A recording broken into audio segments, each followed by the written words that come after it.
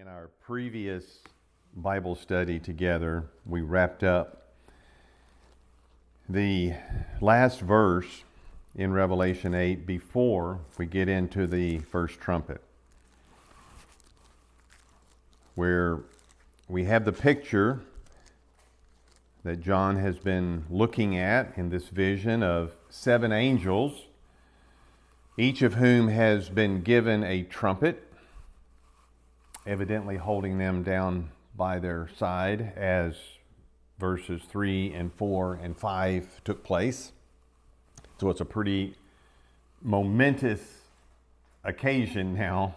John has seen those 7 angels of the presence, and he has seen some unnamed figure hand a trumpet to each one of them. And then that's where we left them. Remember in verse 2, that's where we left those angels. They're holding a trumpet, and then we have this digression about the angel of incense and the fire and the censer and the prayers of the saints and so forth. And so in verse 6, which is where we were last time, they have now prepared themselves to sound. So I envision that they have lifted the trumpet up from beside them. They have maybe taken a breath. They put the trumpet to their mouth, and they are about to sound. That's the way I understand verses 1 through 6. Now, you might have noticed, or you might not have noticed, that we completely skipped over the second half of verse 5.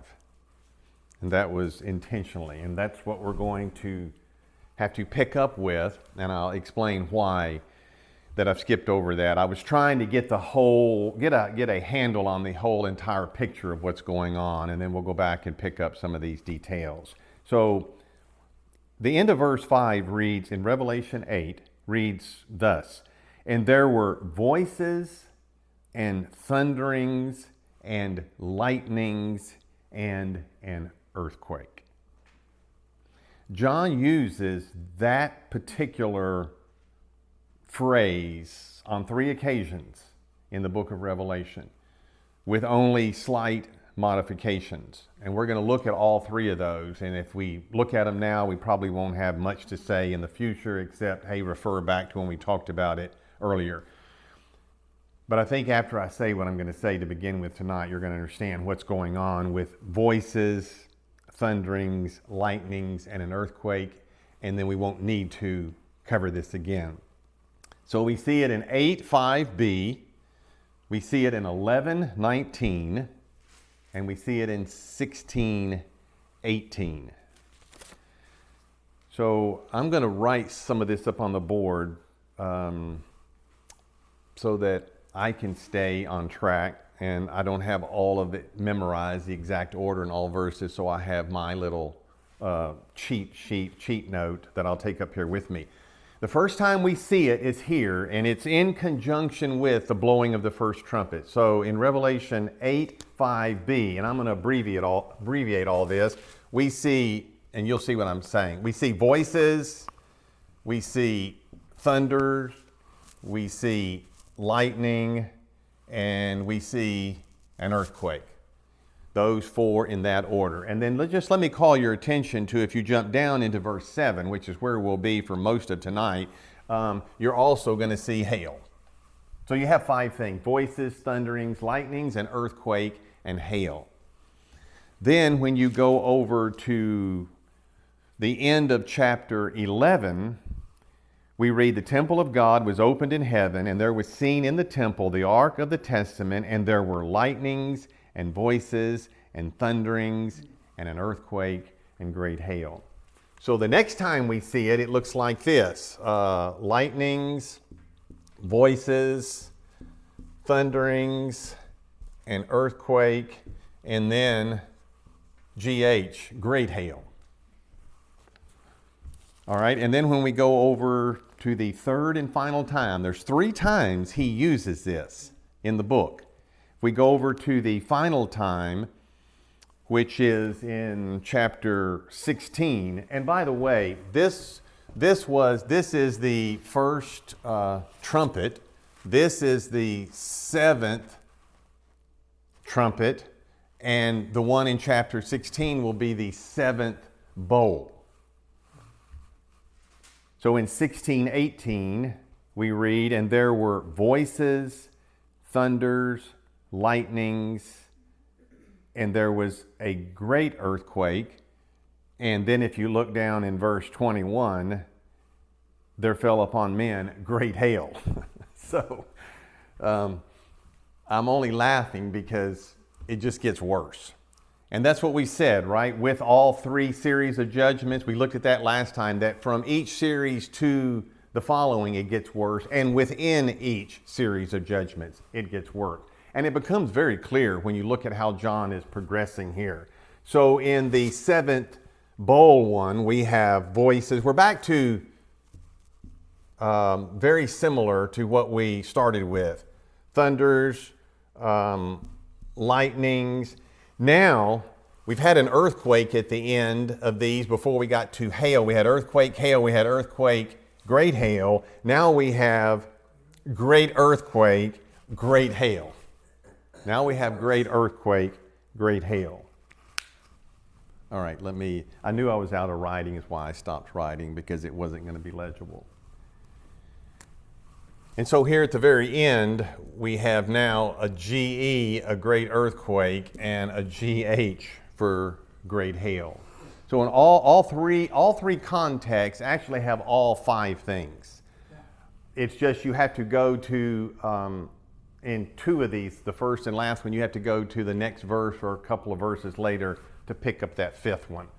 Only in this middle one are all five of them up there. Now, if you just walked in and saw that on the board, yeah, you wouldn't have any idea what's going on. The first one is the first trumpet. So this is prior to these two. So it's not referring to the same time period as these two. These two are at the end of the tribulation period. Both the last trumpet and the last bowl are at the very end. Now, whether they are necessarily referring to the exact same thing, that's going to be impossible to say, because this one, which is at the very end, calls it great earthquake and great hail, where the seventh trumpet doesn't. These two are at the end of the tribulation period. This is somewhere earlier in the tribulation period. So let's put the first last, which was the earthquake. Let the last one be the first one, and we'll go in some kind of order. So let's look at earthquakes for just a moment. I mean, it seems like everywhere we turn in Revelation, we're finding an earthquake. And it should not be surprising in light of the passage over in the Olivet Discourse, what Jesus said over there. But I mean, everywhere we turn around, we see an earthquake. There's an earthquake here, there's an earthquake there. This one's great. This is a mega seismos. This one's not called a great. Are they the same? Are they different? Are they happening at different time periods? Is it simply a reference to the same one? It's not always definitive for us to say, oh, I know this is referring to the same as that. I will say that the sixth seal, which we've already taught on, which is back in chapter 6 and verse 17, when he opened the sixth seal, what that was all about to begin with. There's a shaking on earth and a shaking in heaven, was a global earthquake. When people think of the sun being darkened and the moon turned to blood, they often think of something really, really weird up there. Where we looked at that, and what's causing the sun to not be as visible and causing the color of the moon to be such as it will be is the earthquake and probably accompanying volcanoes that go on. So what's happening at the sixth seal is also what's happening at the seventh trumpet and at the seventh bowl. I know it's hard to keep all of this in order and just, do the best you can. So yeah, there are a lot of earthquakes in the book of Revelation. The primary one is at the end. That's the sixth seal, the seventh trumpet, and the seventh bowl. The primary one that is definitely of a global nature happens at the end. But there are other ones. So turn over, you can hold your hand there, but go over to Matthew 24. Matthew chapter 24, when Jesus is answering the question of his own apostles, what's going to be the sign of the second coming, of you returning to us? He had told them he's leaving, and they said, well, when you come again and the world comes to an end, they saw those in conjunction in one regard or another. How do we know? Are there any signs that will anticipate that? And he says yes. He says in verse 6, you'll hear of wars and rumors of wars. That's the first seal. We've talked about that. Don't be troubled, because that's just the very first thing. A lot's going to have to happen, but the end is not yet. Nation's going to rise against nation. That is the second seal. Kingdom against kingdom. There'll be famines. That's the third seal. There'll be pestilences. Those are diseases. That's the fourth seal. And then notice as he says, and there will be earthquakes in divers places. This is not a final earthquake. That doesn't happen until the end of this whole discussion on the Olivet Discourse. But what that tells us is earthquakes will become much more frequent than they are today. And they're going to be significant, and they're going to be widespread, but they're not going to necessarily be identifiable in some passage in Revelation. There's just going to be a lot of them. He just said there's going to be earthquakes in a variety of different places. Now, when we get to the ones we've talked about so far, they are definitely at the end of the tribulation period. But there are hundreds of earthquakes, hundreds, that happen daily today. Most of which you don't even know. Most of which are not, recognizable or detectable. There are about 100 a year that are significant, and there's only one a year that is a big earthquake. So that gives you some feel for how the tribulation period is going to be different. There's 200 or 300 or 400 or 500. Nobody knows, because they're not all detectable, but they are happening daily somewhere in the world. And then you say, okay, there's hundreds, and then there are 100 ones that are significant. Things are rattled around, something cracks. 100 in a year, that's what, one every 3.5 days. That's not that often. And then only one per year that is, 8.0 on the scale or higher, that is significant, that the whole world knows about or hears about. During the tribulation period, there's going to be a variety of earthquakes in a variety of settings and places that are going to affect a whole lot of people. Maybe not an 8-point, maybe a 7.0, a 6.0, or a 5.5. But there are many earthquakes. So, back to Revelation 8, he said, when the first angel sounds his trumpet, there's going to be voices, thunderings, lightnings, and I said we're going to put the last first, and that's earthquakes and earthquakes. There are other earthquakes right here in Revelation that are not this earthquake. Look over in chapter 11 and verse 13. This is following the death and resuscitation and then ascension of these two witnesses that God sent to the earth. He says in verse 12, come up hither. These two witnesses ascended up to heaven in a cloud, and their enemies beheld them. It's very, very recognizable phrase, because it reminds us exactly of what happened to the Lord Jesus when he ascended, and people witnessed his ascension. And look at verse 13. And the same hour there was a great earthquake. But look what it resulted in. And the 10th part of the city, speaking of Jerusalem, fell, and in the earthquake were slain of men 7,000. So it was a great earthquake that hit Jerusalem, but it only hit that area as far as we know. And that's a fairly significant number of people to die because of how earthquake proof everything is construction wise in an earthquake prone area. So for 7,000 people to die is fairly significant. But that earthquake is just what? It's one of the Matthew 24. It's just one of the various earthquakes happening in various places. And then we have at least one other one that we can identify as an earthquake in Revelation, but it's not one of the big ones we're talking about. And that's in chapter 12 and verse 16. Won't make many comments on this, but the earth helped the woman, and the earth opened her mouth and swallowed up the flood, which the dragon cast out of his mouth. So, if the earth opens up its mouth, that sounds like an earthquake because the earth has split. Okay, so back to our four, or including hail, 5 things we're looking at here in Revelation 8. But we're still in the end of verse 5 right now. Let's go back to the first one, voices. That's not, unfortunately, that's not the best translation because it's not a voice. It is a noise. Now, a voice is a noise, but a noise is not necessarily a voice. So it is not a voice as in a human voice or an angelic voice.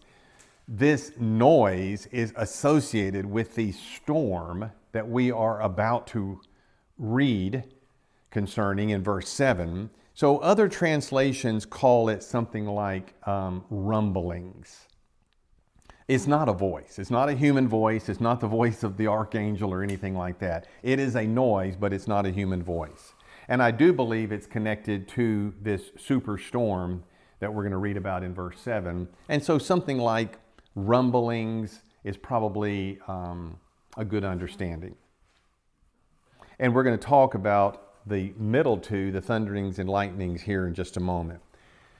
So let me just say this about why I postponed studying the second half of this verse.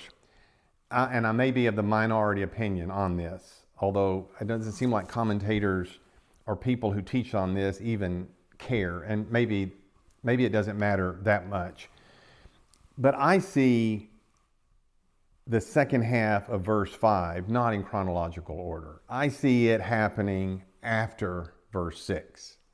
I think what John is doing is he's trying to maybe just tell us in advance of what is about to happen. He's telling early here the complete cycle of cause and effect.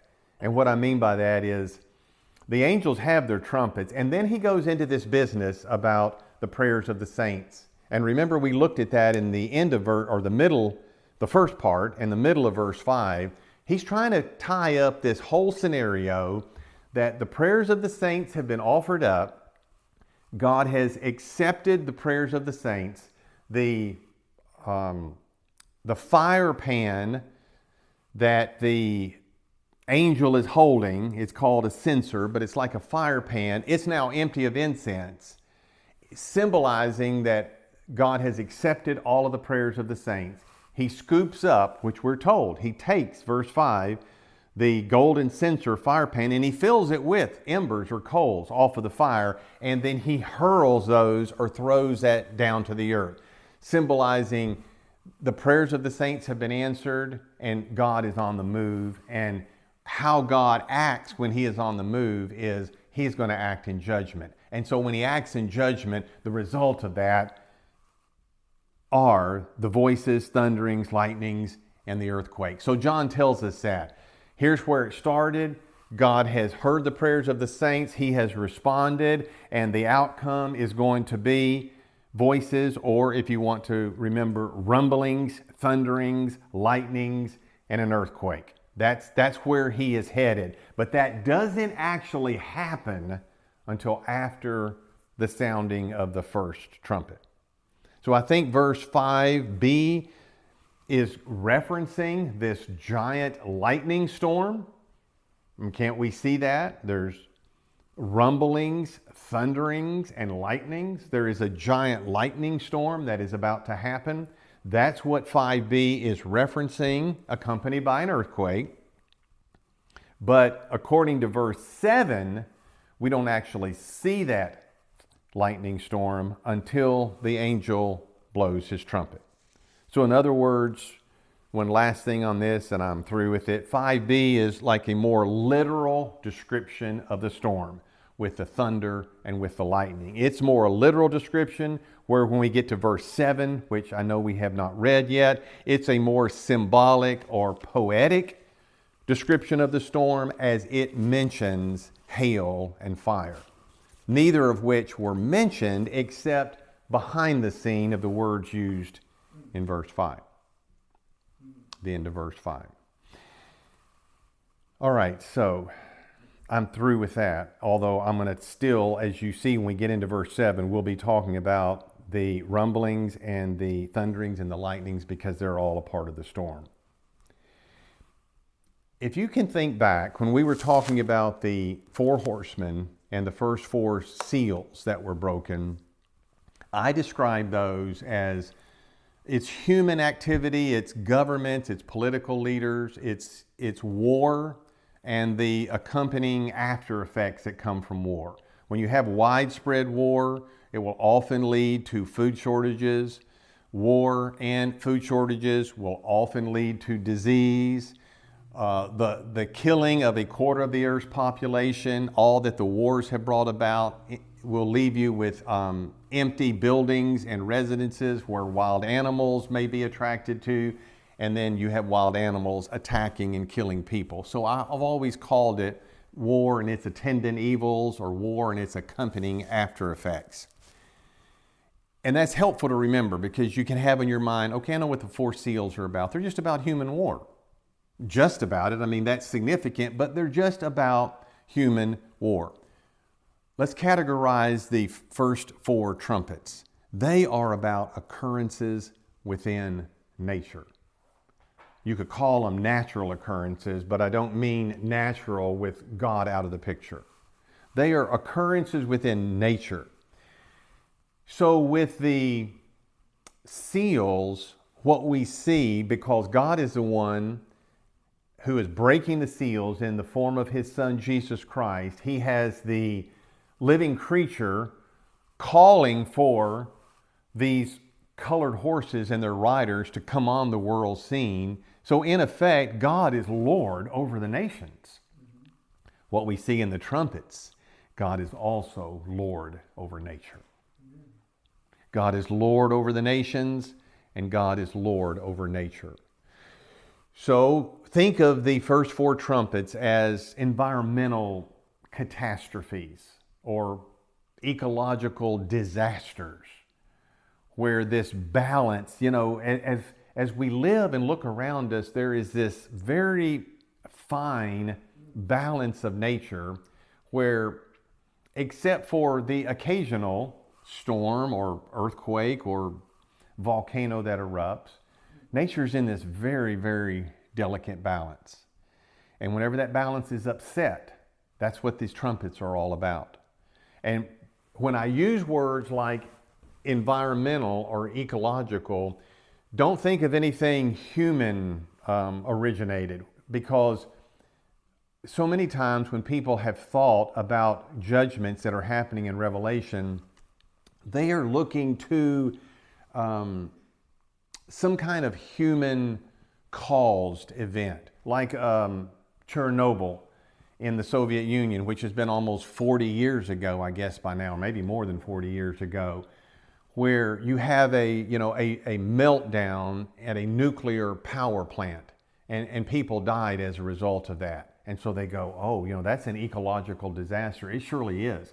It is highly radioactive as far as I know to this day. Not that many people died, but it created, but hundreds of thousands were profoundly and permanently affected by the radioactivity that was released whenever they had the problem there in Chernobyl. But that's an ecological disaster. It's an environmental disaster. You can't get anywhere around that area, or at least around the reactor that had the problem, that had the break or the leak in it. But it wasn't caused by God. It was just an accident, just a human accident there. Or people will think of these big oil spills that are definitely ecological, environmental disasters, like the Deepwater Horizon that BP was responsible for down in the Gulf, or years ago, Valdez oil spill up in Alaska. Or you could just go down the list of, a big bridge, if it were to collapse, a huge bridge that, in New York City or San Francisco or somewhere that has thousands of commuters on it, that would be an environmental disaster, probably due to faulty engineering, or the collapse of a big dam, or the fall of a huge skyscraper, or wildfires ignited because of some power grid problem that ignited something out west in California and then burned up millions of acres and killed a lot of people. I'm just saying those are all environmental catastrophes, ecological disasters. Some people have said if we don't stop using the aerosol spray cans for deodorant under our arms, we might punch a hole in the ozone layer. They have all these ideas. All of these green people have these ideas that mankind is just on a collision course with himself. And if he doesn't get things under control, he is going to end up with his own self-created Armageddon. But I would say don't ever worry about that. God, that'll never happen. God has reserved that for himself. And the beginning of that, some of the beginning of that, as far as nature is concerned, we're going to see right here with the trumpets. So with these first 4 trumpets, now not the next ones, we're only talking about the first 4, there is direct involvement in nature by God. And so they involve things. I'm just giving you a lot of different ways to look at this or remember this. They involve things above us, not around us. They involve things in our atmosphere or beyond. So it makes them more uncontrollable, more unpredictable, more unexplainable. And it is with good intention, because whenever we see these seals broken of the 4 horsemen, it's pretty easy for the unsaved members of society to look at that and never be able to see the hand of God, even though the hand of God is there. One passage I don't think we looked at, hopefully I've got enough time, we're going to run over to Isaiah 10. I think some of us talked about this after I was teaching about God and the nations, and I don't know that I used this passage. But if you would just note in Isaiah 10, verses 5 all the way through 15, not going to take the time to read it all, but Isaiah is prophesying that Assyria, a foreign enemy of theirs, will come and cause Israel damage. And they do with the fall of the northern kingdom. But God says in verse 5 that he is going to be the one who uses Assyria like a whipping stick. He said, "O Assyria, the rod of my anger and the staff in their hand is my indignation. I'm going to send you against the nation of Israel. A group of people, a nation full of a group of hypocrites. I'm going to send you against a hypocritical nation, against the people of my wrath." Look at verse 7. "Howbeit he meaneth not so." He doesn't know, the king of Assyria doesn't know, oh, God has sent me on this mission. Right. No, it's his own desire and plan to go do this. "Howbeit he meaneth not so. Neither doth his heart think so. But it's in his heart to destroy and to cut off nations, not a few." Israel's not the only one he's after. And he just thinks this is his own plan. And he does not recognize that the God of heaven is behind that. And he says down in verse 13, "For he saith, by the strength of my hand I've done it, and by my wisdom." And then God says in verse 15, "Well, shall the axe boast itself against him that heweth therewith? Or shall the saw magnify itself against him that shaketh it? You're just an axe and a saw in my hand, O king of Assyria and O nation of Assyria." And so that's what we have going on with these seals. It is not easily recognizable by the people of the earth. But when we come to the trumpets, because the context is scarier, the content is more violent, I don't think it will be as easy for the world to say God is not behind this. I mean, remember, even the insurance companies have in the fine print somewhere this is an act of God. You know, they make room for acts of God because they know this is a little bit beyond our territory. So if you haven't caught the drift, God's going to use nature. He is going to use nature, servant as it is. God has created all things, including the whole natural realm and world. And he's going to use nature to do his will. So the Bible is full of storm stories. Full of storm stories. Go back in our minds to Noah. That was a storm story. A tremendous storm story.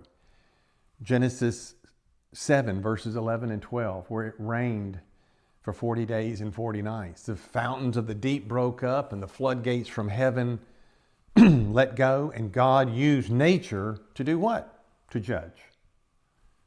To judge. God has created the whole world, everything in it, from the highest, I wanted to say archangel, but the living creatures may be higher than the archangels.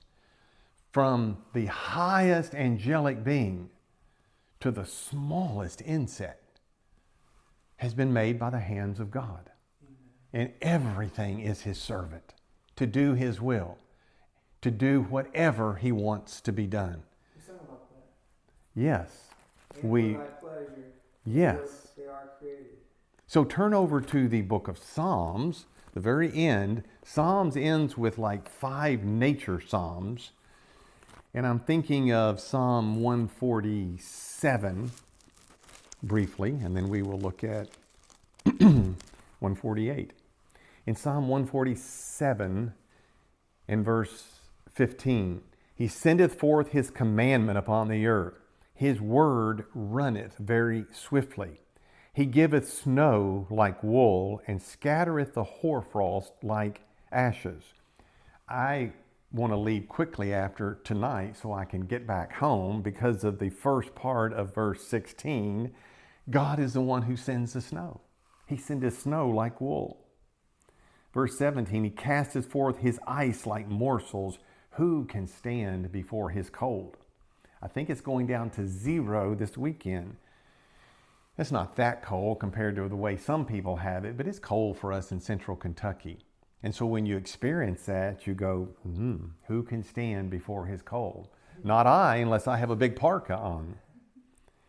And then in 148, this is what I really want you to see. The same psalm, or the same page, at least in my Bible, Psalm 148 and verse 8. Fire, which probably means lightning when you see it in this context, right? Fire and hail, snow and vapor, stormy wind, fulfilling his word. Amen. God is the creator of all the natural order, and as such, the whole natural order is his servant. So he can both start a storm. This would be Psalm 29, the entire psalm. It's unique because it uses the phrase, the voice of the Lord, I think 7 times. And it uses God, the covenant name of God, Yahweh, I believe 18 times. All of this in only 11 verses. It's a psalm of David. It's a nature psalm. What is it talking about? Look at verse 3. The voice of the Lord is upon the waters. It's talking about a terrific thunderstorm that David has witnessed. Verse 4, the voice of the Lord is powerful. Verse 5, the voice of the Lord is full of majesty. He's not really talking about a voice with words that he heard from God. This is poetic. This is Hebrew poetic literature here. And the incredible power of the thunderstorm, David, the psalmist, says that's the voice of God. In verse 5, the voice of the Lord breaketh the cedars. The voice of the Lord, verse 7, divideth the flames of fire. Probably speaking of the lightning that's happening. The voice of the Lord shaketh the wilderness, and so forth. And then if you want to see a passage even clearer, I'm saying God starts the storm. Turn one book earlier in Job 37, verses 11 through 13. Also by watering he wearieth the thick cloud. In other words, the cloud becomes so saturated with moisture, it has to let go. He scattereth his bright cloud as it is turned about by his counsel, as it is turned round about by God's counsel, that they may do the clouds, the rain, the lightning. This is a storm. Whatsoever he commandeth them upon the face of the world in the earth. Couldn't ask for a clearer passage that God is the one who's doing this. They obey him. And then look at the purpose in verse 13. He causeth it to come, whether for correction or for his land or for mercy. Sometimes God causes the rain to fall on our crops because he's merciful. And sometimes God causes the rain to fall in a flood because he is angry. And the Old Testament writers and the New Testament writers understood God is in control of everything. He both can start the storm and he'll start it for his own purposes. It could be a gentle storm for merciful reasons. It could be a terrific storm for judgmental reasons. Not only does he start the storms, but he also stops them. In Matthew chapter 8, verses 26 and 27, Jesus and the disciples were out on this huge inland body of fresh water that we call Galilee, and a terrific storm came up, and the disciples were afraid, and Jesus told the storm to stop. And it stopped. And it was so remarkable that their reaction is, who is this man? Who is this Jesus that we have been traveling around with, that even the winds and the waves obey him? Who is this person? Well, the disciples are on the journey, as we all are in our Christian life, of gradually coming to grips with a deeper and deeper understanding of who Jesus was or who Jesus is. They didn't see it all at the beginning. They don't see it all in the middle. It takes them a long time. And each of these experiences in the gospel accounts are stepping stones upon which they are walking, taking them to a deeper and more complete understanding of who is this Jesus. They saw him heal the sick. They've seen him raise the dead. They've seen him talk to evil spirits that would throw a child down and throw them into the water and throw them into the fire. And they couldn't deal with the spirit. They tried and couldn't. And the person said, Lord, please have mercy and help me, because my child is demon possessed. I think the King James says a lunatic, but they are demon possessed. It's not the moon. It is an evil spirit, because it goes on the account to say Jesus told that spirit to come out. And then the apostles came later and said, why couldn't we? We tried. We'd been successful before, but nothing compared to the power and authority of the Lord Jesus himself. So he just told the spirit to come out. The spirit came out, and that child was perfectly whole and right from that day forward. Mm-hmm. So storm stories. This is a storm story we're about to read in the first trumpet. So back to Revelation, and let's read that. Revelation 8 and verse 7. We've been waiting all this time to get to it, and now we are tonight. The first angel sounded, and there followed hail and fire mingled with blood, and they were cast upon the earth, and the third part of trees was burnt up, and all green grass was burnt up. So look, guys, I think we did a pretty good job with the seals, but I think the trumpets, especially the first four, are even easier. The seals were a little bit difficult to figure out exactly what is that first seal and how do we tie it into other biblical teaching. And what was the second seal? And the third one, we've got this man on a horse with balances in his hand. What was that? It takes a little work to figure those out. The trumpets, for some reason, and thankfully and happily so, are not as difficult. So my first statement about interpreting the trumpets is don't look for something weird or obscure if that's not where the text is leading. Look for whatever is the obvious and natural reading. Whatever the obvious and natural reading is will be significant enough that it's worthy to be a trumpet blown or the effects of the trumpet blown. We don't need to look for something super more than what is already here. So we're going to look at the first 4 trumpets. Remember the 4 plus 3 = 7 scenario. We're going to look at the first 4 trumpets, and they're all in this chapter. And you see, we don't have many verses to go, and we'll finish this chapter.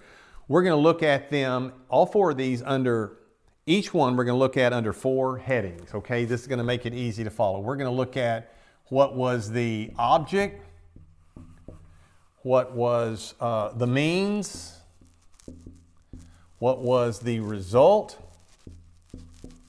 and what were the net effects. Object, means, result. I mean, this is my own way to do it, just to make it maybe easier to study and to follow along and maybe hopefully remember. So first of all, we are going to do this first trumpet tonight. I only have, about 20 minutes to do it. I'm going to read the verse again. The first angel sounded, and there followed hail and fire mingled with blood, and they were cast upon the earth. And a third part of the trees was burned up, and all green grass was burned up. So the object, I think, is in the second half of the verse. The object is land vegetation. Simple as that. Land vegetation. But land vegetation is one of the basic, at the very bottom, building blocks for all of life. If you don't have leaves and grass and trees and flowers and fruit, you're in trouble. So the object is land vegetation. That was easy, wasn't it? We're almost done. The means. The means is, in my opinion, and I think this is easy to see in the end of verse 5 and then all of verse 7, is a terrific lightning thunder storm. That's the background. This is a terrific storm. And it has voices, which means, not voices, but rumblings, thunderings, and lightning. So I see the difference between the two words when it says rumblings and thunderings. Thunder is, thunder. It's loud. It's nearby. I mean, it's shocking. It'll make you, jump out of your skin. But what do you also hear? You hear rumbling way in the distance. Way in the distance. They're just too far away to be thunder that is up close. So I think this is all describing a terrific storm, a lightning storm, which will therefore be a thunderstorm, which will also have some rumblings that are in the far distance. So the means are, we're given 2 things here. The angel sounded, and there followed hail and fire. Hail and fire. Let's talk about hail to begin with. This is a storm large enough in which hail can form and fall. This is going to occur later in the tribulation. It's going to occur in the end of chapter 16 with the 7th bowl. So we will discuss this again. And I'll save the best passages for then, because that's a bigger storm than this storm. Believe it or not, it's bigger than this one. The hail stones that fall are enormous. We're not told anything about the size of these. I would think that they're relatively small because they take out vegetation. They don't kill people and knock over buildings and break down bridges. They just deal with the vegetation. When we get to the end of chapter 16, we'll see some different hail. So, with that in mind, if you'll quickly flip over to book of Isaiah. You know, I didn't double check these passages before I came tonight, which I normally do. Isaiah 28:2. So I hope I've copied the right ones down.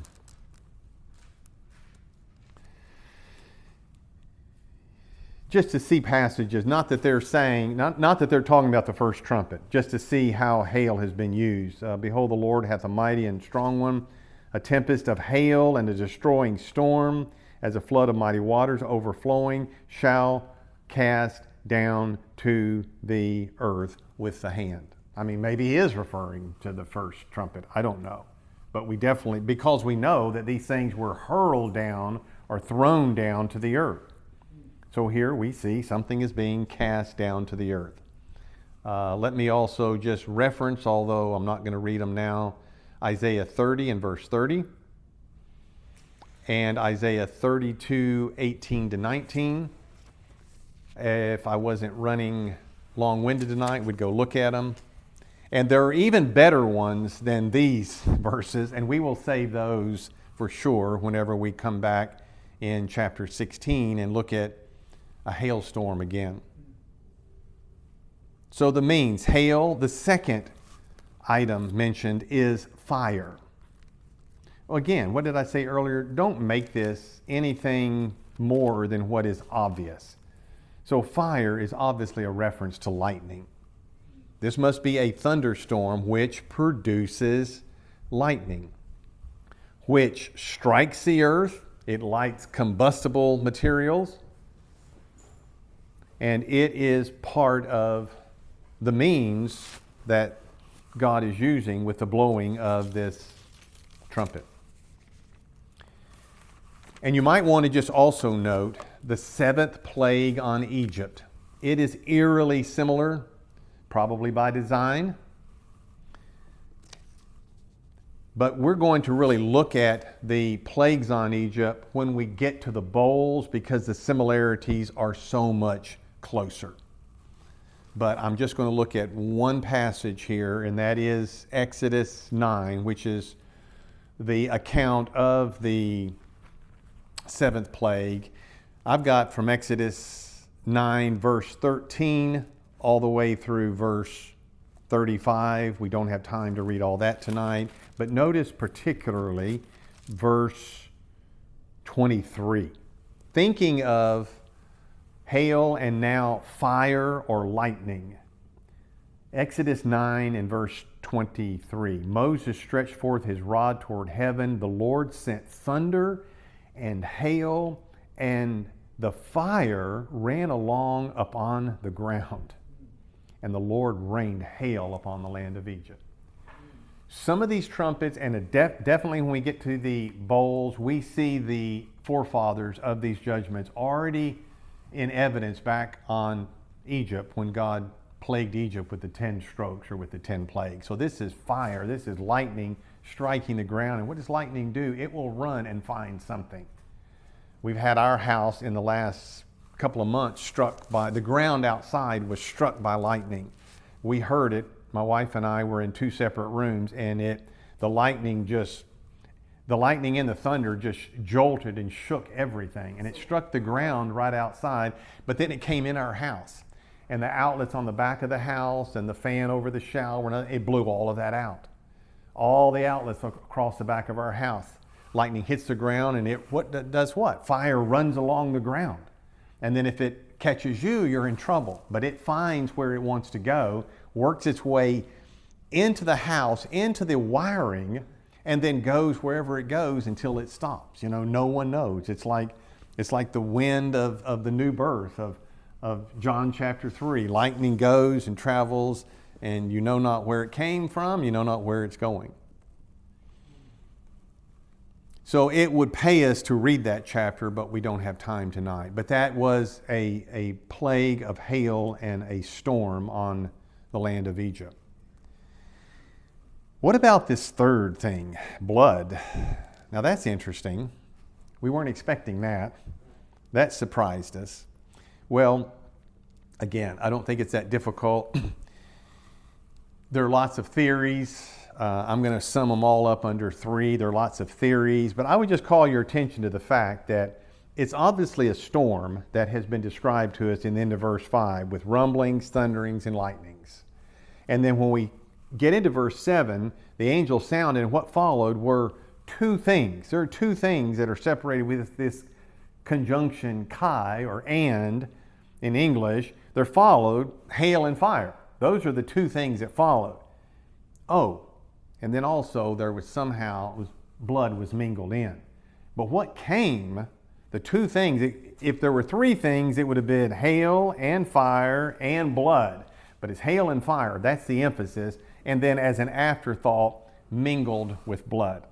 So you're probably very curious about this. Again, don't make it something that's weird or mystical, and you'll probably be on the right path. So let me just give you the 3 theories, and you can obviously figure out which one I would support. Theory number 1 is God simply creates blood in heaven, just makes a whole vat of it. I mean, a factory full of it, a big pot of it, and just dumps it out on people. Do you really think that's happening? No, I don't think so. That doesn't make any sense to me. Although you will have your prophecy people say, now I believe what the Bible says. And it says he mingled it with blood. Well, whose blood? Animal blood, human blood, angelic blood? Where did he get the blood? Well, I guess he just created the blood, made it in a heavenly kitchen, and then just poured it out on everyone. That doesn't seem to make any sense to me, so that is not what I would believe. A second view that has its own proponents is that during this thunderstorm, with all of the falling of hail and lightning and the updraft of wind, that birds and animals and even humans have been destroyed and cut up and caught up and up into the air. And so it's now pieces and particles of birds and animals and cows and sheep and dogs that have been caught in this updraft, in this supercell storm, drifted around, and now deposited back on the earth. I suppose that's possible. I mean, something like Dorothy and the Wizard of Oz, something caught up, a cow caught up, and the cow coming back down, or something like that. I suppose that's possible, but I don't think so. Because it's separated and it's not really one of the 2 things, hail and fire, then I think in the third place that it is simply a reference to the color caused by the lightning storm. And I know it is an odd phrase. I will grant that, mingled with blood. But we've already looked at earlier passages, such as, we even mentioned it tonight in Revelation 6:12. There was a great earthquake. The sun became black as sackcloth of hair, and the moon became as blood. There's really not any blood involved there. There's something to do with what's happening in nature, whether it's the lightning and reflecting off of the falling hail. Remember, there's also an earthquake happening. What happens with an earthquake? There are often volcanoes that happen at the same time. It all has to do with the Earth's crust and what's underneath it. We know it's a storm occurring. We know there's an earthquake occurring. So I take this to mean there's some kind of color of blood and not actual blood that is referenced here. But if someone wants to go with the God creates blood, or this is simply shredded humanity dripping and falling back down, that would be pretty bad.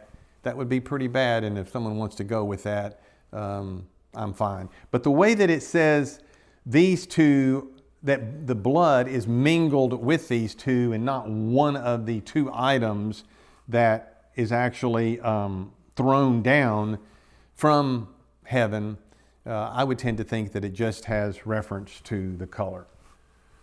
Enough on that. Let's come to what's the result. The result is stated for us very clearly that 1/3 of the earth's burned up, torched, scorched, of its trees, of its grasses.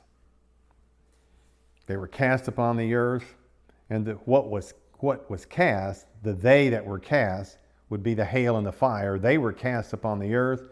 What's the result? 1/3 of the earth has been torched.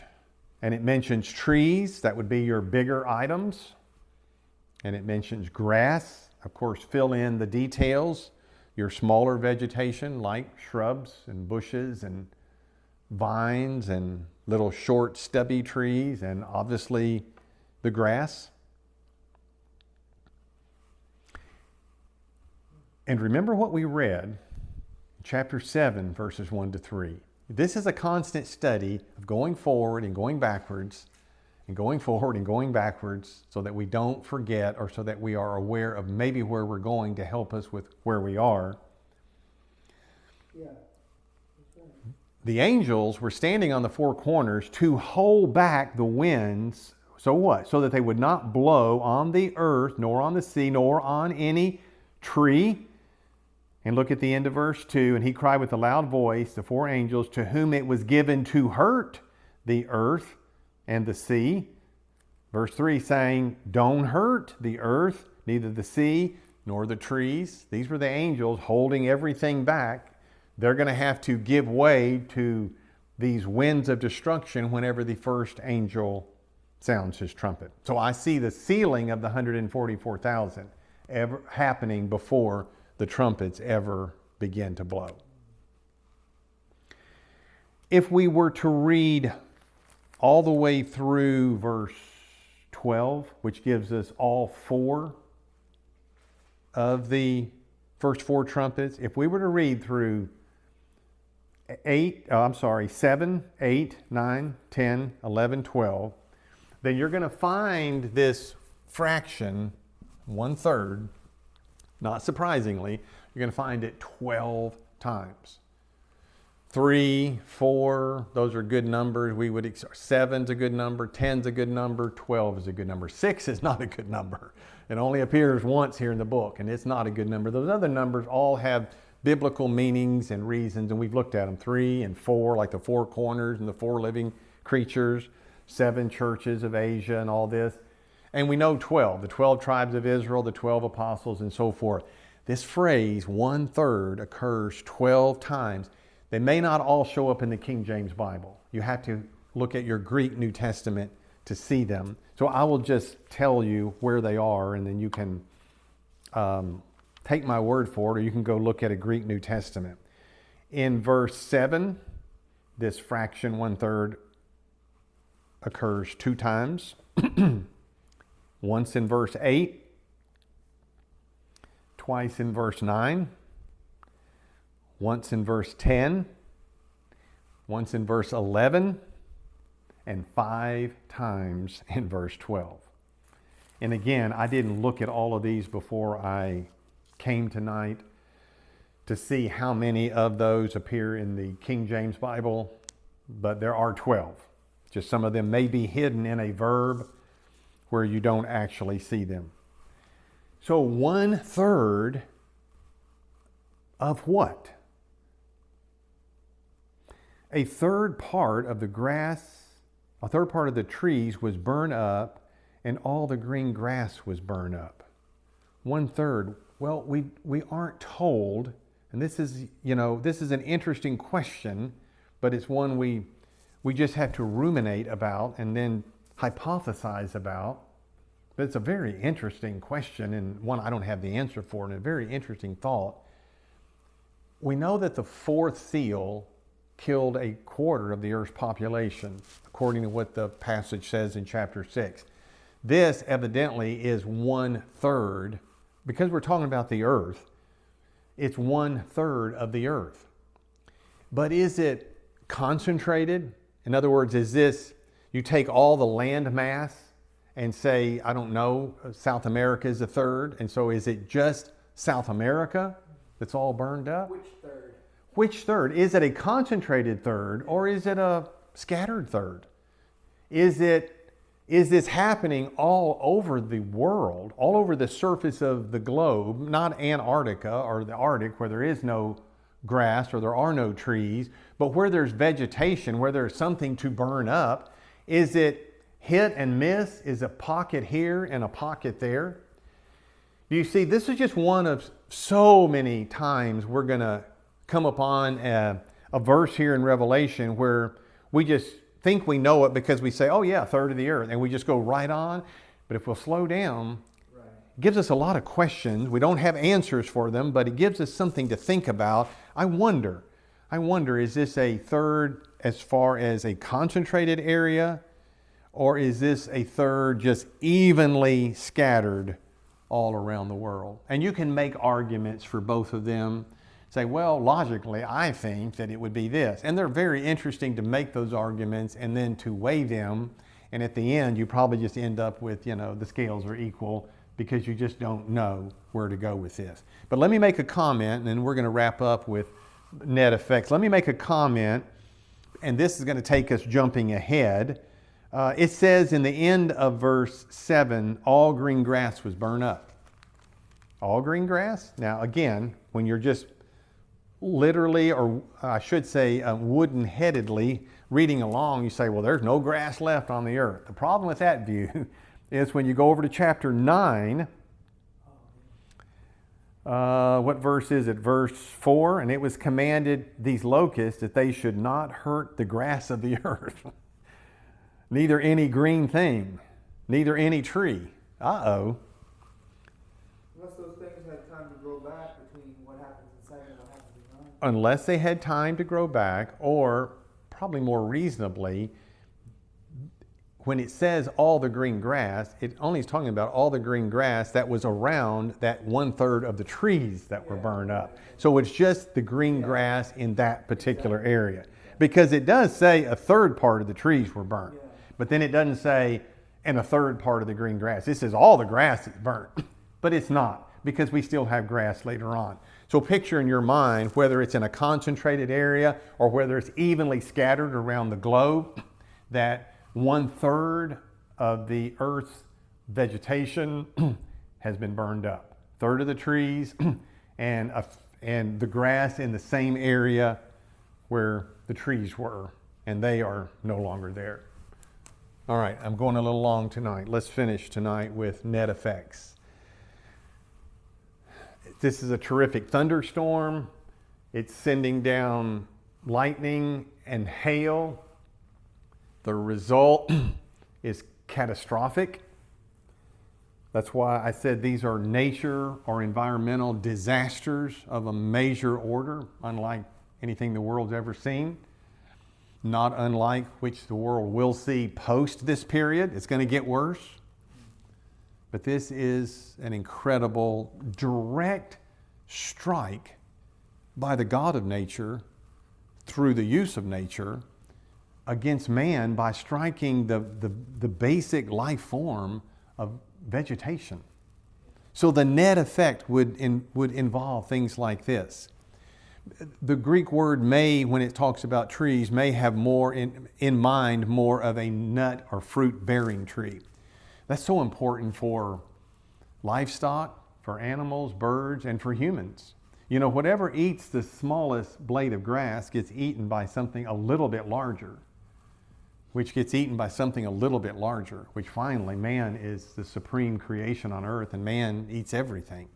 So when you're affecting that basic, and it's interesting how God just started with green grass. What kind of harm can that cause? It can cause a lot of harm if a third of nut and fruit-bearing trees have been burned up. You have lost a third of the shade. You have lost a third of the natural wind blocks. You've lost a third of available building material.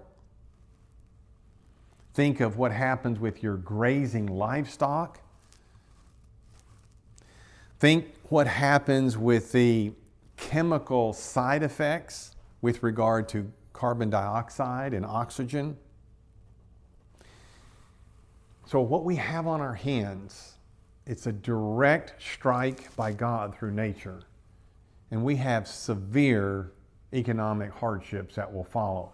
You have not only what happened, and that's the result, but you have these long-term effects from a third of the earth's trees and green vegetation simply being scorched. All of this is just setting the stage for I don't know, some person to come on the scene with some proposed solutions. There's going to be someone who comes on the scene that's going to become the world's Messiah.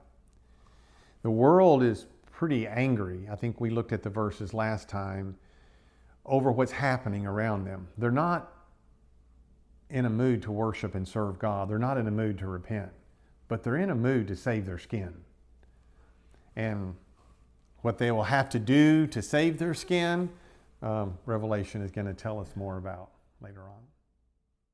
Oh, come, let us worship and bow down. Let us kneel before the Lord, our Maker. For He is our God, and we are the people of His pasture, and the sheep of His hand. If you hear His voice, don't harden your heart, but discipline yourself to do His will. Lean not to your own understanding, but acknowledge Him, and He will direct your path. So come, let us worship and bow down. Let us kneel before the Lord, our Maker. For He's our God, and we are the people of His pasture, and the sheep of His hand. Today, if you hear His voice, don't harden your heart, but discipline yourself to do His will. Lean not unto your own understanding, but acknowledge Him, and He will direct your path. So come, let us worship and bow down. Let us kneel before the Lord, our Maker. He is our God, we are the people of His pasture, and the sheep of His hand. Amen. Thank you, Jesus. We are your sheep, Lord. We hear your voice.